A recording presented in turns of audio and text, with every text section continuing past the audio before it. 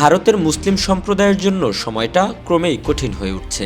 নাগরিকত্ব প্রশ্নবিদ্ধ করা, পরিচয়ের রাজনীতি আর সন্দেহের চোখে দেখার সংস্কৃতি সব মিলিয়ে মুসলিমদের জীবন ও জীবিকা আজ বড় ধরনের ঝুঁকির মুখে।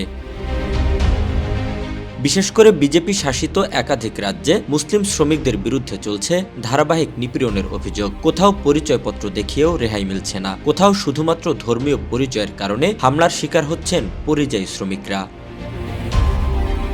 এই নির্যাতনের অন্যতম কৌশল হয়ে উঠেছে বাংলাদেশি তকমা। ভারতের অভ্যন্তরীণ রাজনীতিতে অবৈধ বাংলাদেশি অনুপ্রবেশ একটি দীর্ঘদিনের বিতর্কিত ইস্যু। সেই বিতর্ককে হাতিয়ার করে অনেক ক্ষেত্রে বাঙালি মুসলিম শ্রমিকদের বাংলাদেশি বলে চিহ্নিত করা হচ্ছে। ফলে বৈধ নাগরিক হয়েও তারা হয়ে উঠছেন সন্দেহভাজন।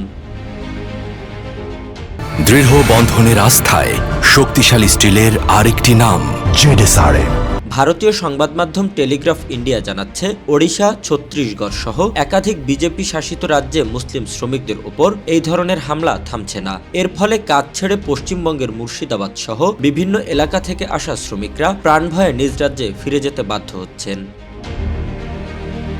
ওড়িশার সম্বলপুরে এমনই এক ঘটনায় গুরুতর আহত হয়েছেন ২৭ বছর বয়সী নির্মাণ শ্রমিক ইজাজ আলী। মুর্শিদাবাদের ধুলিয়ানের বাসিন্দা ইজাজ ২ মাস আগে কাজের সন্ধানে সম্বলপুরে যান, কিন্তু গত সপ্তাহে গেরুয়া পোশাক পরা কয়েকজন ব্যক্তি তার ঘরে ঢুকে আধার ও ভোটার কার্ড দেখতে চায়। পরিচয়পত্র দেখানোর পরও তাকে বাংলাদেশি আখ্যা দিয়ে লোহার রড দিয়ে মারধর করা হয়। হামলায় ভেঙে যায় তার হাত, লুট করা হয় টাকা ও মোবাইল ফোন।